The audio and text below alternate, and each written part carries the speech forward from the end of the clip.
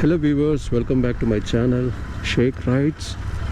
Today I'm gonna talk about why did I upgrade it to Interceptor 650 from Classic 350 Gunmetal Grey. In two words I can say, for the sake of power. Yes, it does not mean that Classic 350 does not have power. It does have. It has roughly around 20 bhp of power and 28 newton meter of torque. So it also has a good mid end and low end punch from torque that will help you to go on long rides, cruise on long rides, on the speed of 80-90. So that's a good bike. So if you ask me a question, why did you upgrade it then? Not because I had money or not because I wanted a big bike, because I wanted a bike which suits my purpose. Right? You see my question, I was looking out for a bike which suits my purpose. Then if you ask me a question, why did you take Classic 350 Gunmetal Grey? Because I didn't know how to choose a bike when I took a bike. That's the point it all boils down to. So whenever you're taking a bike, you should always see what is your purpose. Not because someone else took it, everyone is taking it, let's take it. No, it should not be in that way. Why I'm saying in that again and again, because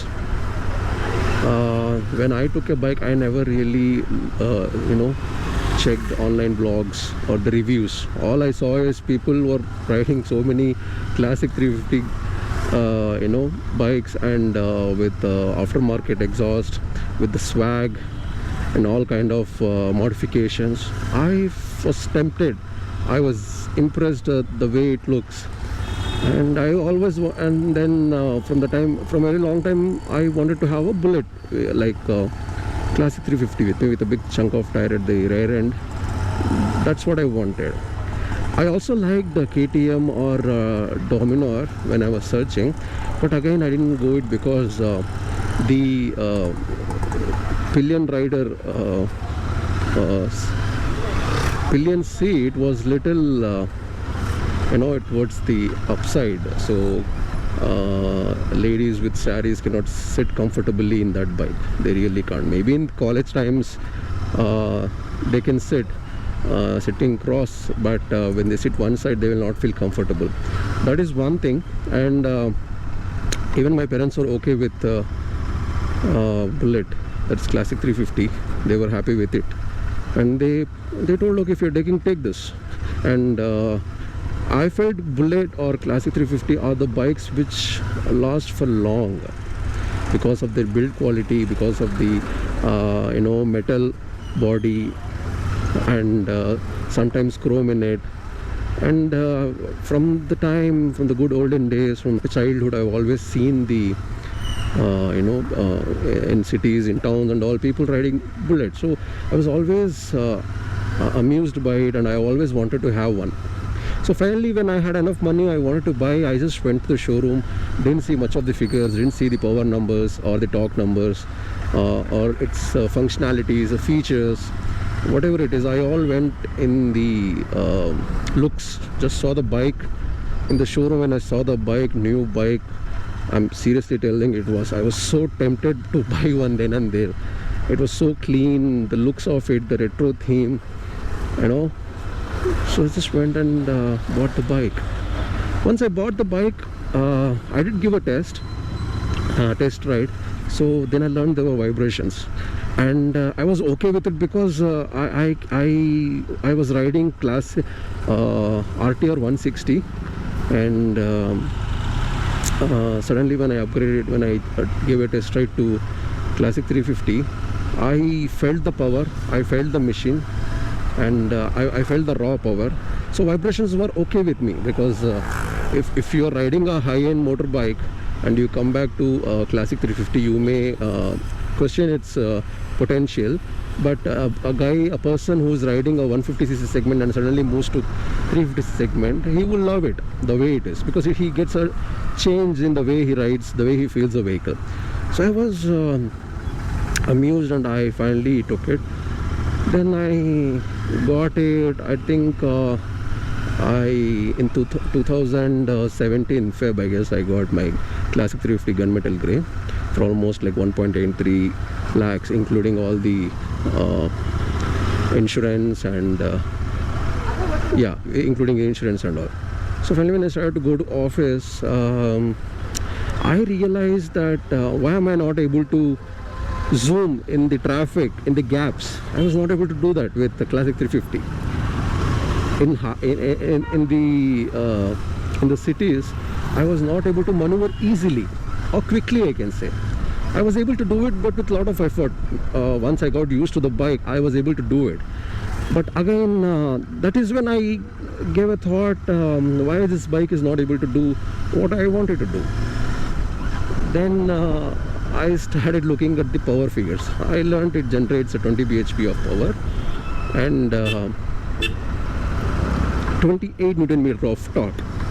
And these bikes are basically meant for cruising. You can also use in the cities, that's not the issue. But comfortably in the speed of 80, 70 to 80 or sometimes 90, you can cruise easily in the highways, even for long day. You know, the whole day you can drive and you will not feel tired. That's the beauty of that bike. Okay, the sitting posture, the wide handlebar, I know, the mid-side foot pegs, they all give a comfortable riding position, which most of the bikes out there does not give that. Then when I started to ride in the city, because I wanted to go to office in the mornings and I wanted to zoom off in the gaps wherever I could get in the traffic, and I was not able to do it. So that is when I realized, okay, this bike is not meant for that. This bike is not meant for speed. This bike is meant for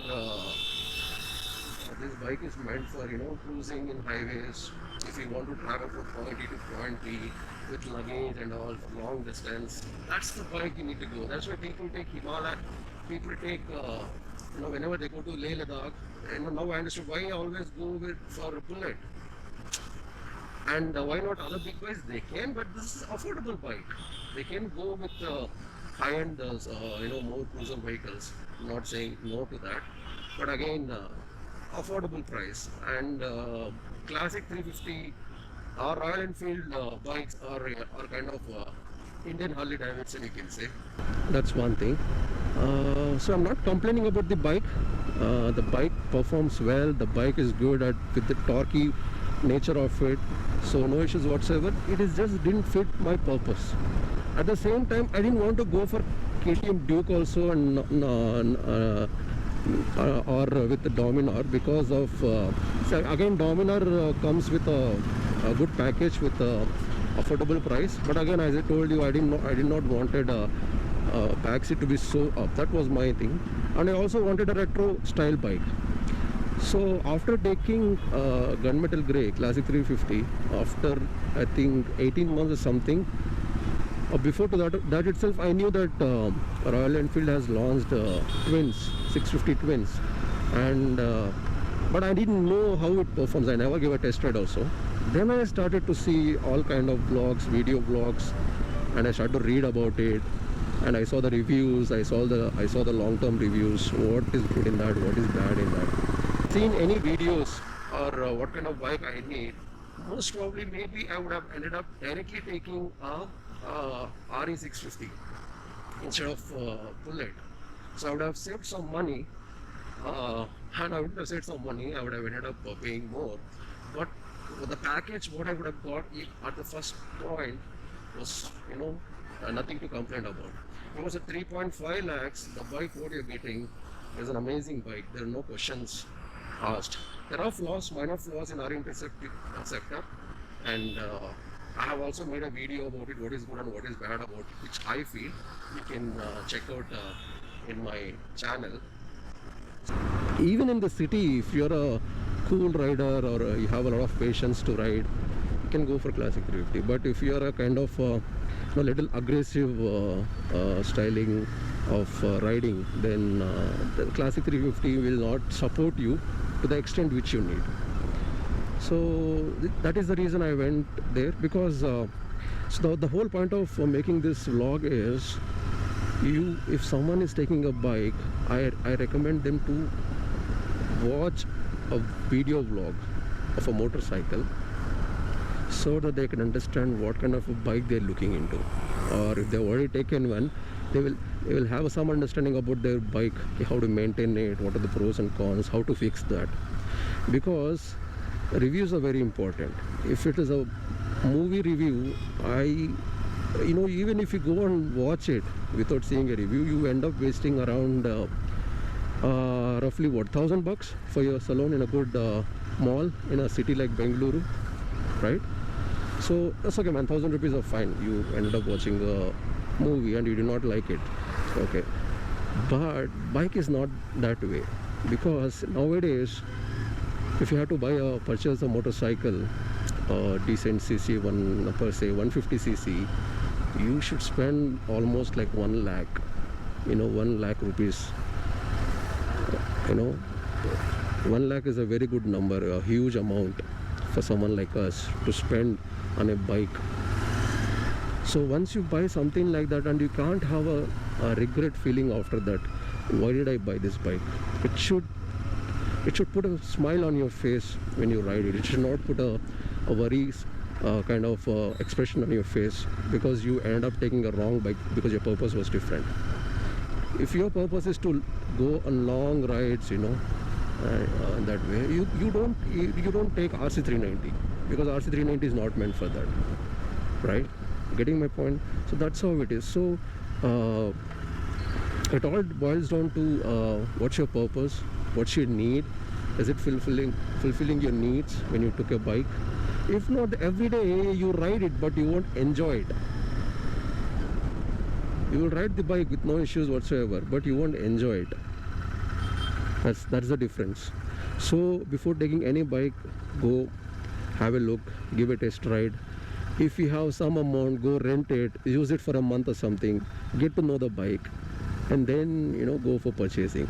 That's what I can say. Or wait for a month or two, let the bikes come out. If there are any issues, the company will fix this. That's the reason I didn't hurry up buying Interceptor 650. I waited for some time, and I wanted to see how the long-term review should be, because this is a new engine, new chassis, and so that is one thing. The other problem with Classic 350 was, or with most of the Royal Enfield motorcycles, are that they vibrate a lot because of their high displacement mechanism or the engine setup. They vibrate a lot, and I was okay with it. I'm not complaining about it. I only complained when I'm riding in high speeds around 100 and they kind of disturb you. You will not feel comfortable riding with those with vibrations. And I think now in BS6 BSV6 has come out. I believe the vibrations have reduced because the engine has been refined. That's what I heard. That's what I felt when I rode Himalayan BS6 version, and I felt the refinement has been done. And I think the same with RE Classic 350 models also. If once you get used to it, once you're connected to your bike, you won't complain about it, and you start enjoying that experience. So that is one thing it bothered me. And the other thing is the Classic 350, the bike which I took, had an issue with the chain sprocket. It was and I maintained it. Every 500 kilometers I used to oil it or lube it nicely, clean it every 500 kilometers, and whenever I give for wash or whenever it gets drenched in rain, I used to lube it nicely. Even then, I think in 9,000 kilometers, I guess it started bothering me, and I had to change it. Same thing happened right after 10,000 kilometers. So that was a problem. I had to spend some amount on it. Apart from that, there were no issues. I had maintained my bike nicely. I've taken for a couple of long rides. It definitely, the experience is totally a different experience. You will enjoy it, and that's when you have a connection with your bike when you ride. Apart from that, no complaints on that bike.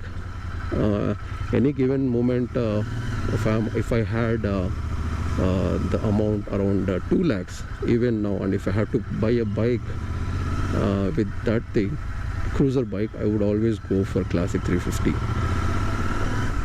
You also have Java now, which produces more power and torque. Even that is good, even you can go for that, but I haven't had a riding experience. I do not have a riding experience or keeping it for a long time, that's why I cannot comment on it. But the reviews what I've seen and the videos what I've seen, they look good. It looks good, and in that you can reach triple digit easily. What I felt was the seat height was as low as possible, so that it can accommodate all kind of riders. Ground clearance is less in that, so by seeing itself you can say the less ground clearance, and when you try to corner it, you know, whatever is coming in your way, it can hit your bike. So but still, I think that's a good bike. And there was one more bike from Benelli, Imperiale, so that has same features and power figures of what Royal Enfield has. They are a bit costly compared to them, compared to RE, but again it gives the same feel. I haven't ridden that, so I cannot much tell you about it, but as I see the figures, it should do the same job what RE does. But RE is more affordable. It's an Indian brand and Indian manufacturing company, so servicing cost, everything is cool. Compared to Benelli, it will be very high, that is for sure. So that's the video, guys. If you like this video, subscribe my channel and hit the bell icon for more video updates. And I'm Sheikh and I'm signing off. Bye bye.